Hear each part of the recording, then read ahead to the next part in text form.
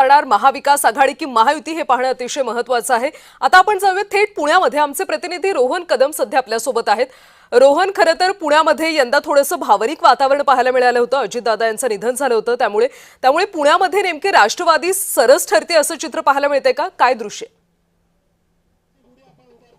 पूजन आपल्या हस्ते व्हायचं होणार आहे। बरोबर आहे। भावनांना विनंती आहे की आपण बालेकिल्ला मानला गेल्या पूजेला बसायचं। राष्ट्रवादी काँग्रेस मग यामध्ये शरद पवार असतील, अजित पवार असतील, सुप्रिया सुळे मोठा मोलाचा वाटा जो आहे तो माध्यमातून आपल्याला पाहायला मिळतो आणि त्याचमुळे पुण्याचा बालेकिल्ला जो आहे तो आता कोण राखणार याकडे सगळ्यात महत्त्वाचं लक्ष जे आहे ते लागलेलं पाहायला मिळते। कारण उपमुख्यमंत्री अजित पवारांचं असं अकाली निधन झालं आणि यानंतर भाजपने जो आहे तो काहीसा प्रचाराचा वेग कमी केलेला पाहायला मिळालं। पोलीस सभा जी आहे त्या मोठ्या नेत्यांनी या जिल्हा परिषदेच्या निवडणुकीच्या काळामध्ये घेतलेला नव्हता आणि आता निकाल जो आहे तो लागणार आहे। अनेक ठिकाणी जे आहे पाहायला मिळते कारण त्या जिल्ह्यातील अनेक ठिकाणी संघर्ष जो आहे तो थेट राष्ट्रवादीचा भाजप सोबत होणार आहे किंवा शिंदेच्या शिवसेनेसोबत होताना आपल्याला पाहायला मिळणार आहे। खूप कमी ठिकाणी काँग्रेस असेल किंवा खूप कमी ठिकाणी जे आहे ते शिवसेना उद्धव ठाकरेंचे असेल यांच्यासोबत राष्ट्रवादी संघर्ष आहे। थेट लढत जी आहे ती भाजपच्या विरोधामध्ये महायुतीतील पक्षांच्या विरोधामध्ये जी आहे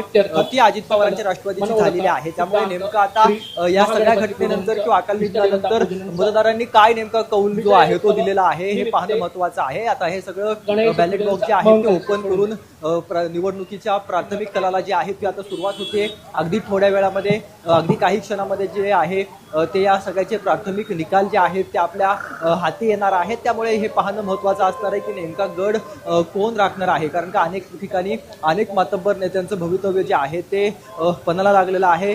अनेक जणांनी नेत्यांच्या विरोधामध्ये जो आहे तो मोठा संघर्ष केलेला होता, मोठ्या नेत्यांच्या विरोधामध्ये संघर्ष पाहायला मिळत होता। अगदी पुरंदरमध्ये विजय शिवतारेंचा संघर्ष जो आहे तो आपल्याला पाहायला मिळतोय। थेट राष्ट्रवादी सोबत आहे, अजित पवारांसोबत आहे। राष्ट्रवादीचे दिगंबर दुर्गड यांची मुलगी जी आहे ती तिथे उभी राहिलेली आहे आणि विजय शिवतारे असतील किंवा इकडे भोरला संग्राम जगताप असतील। संग्राम जगताप हे काही काळ आपण पाहिलं की अनेक वर्ष काँग्रेसचे आमदार होते आणि ते भाजपमध्ये अचानक जे आहे ते गेलेले होते। त्यामुळे ताकद भोरला भविष्यामध्ये वाढली आहे।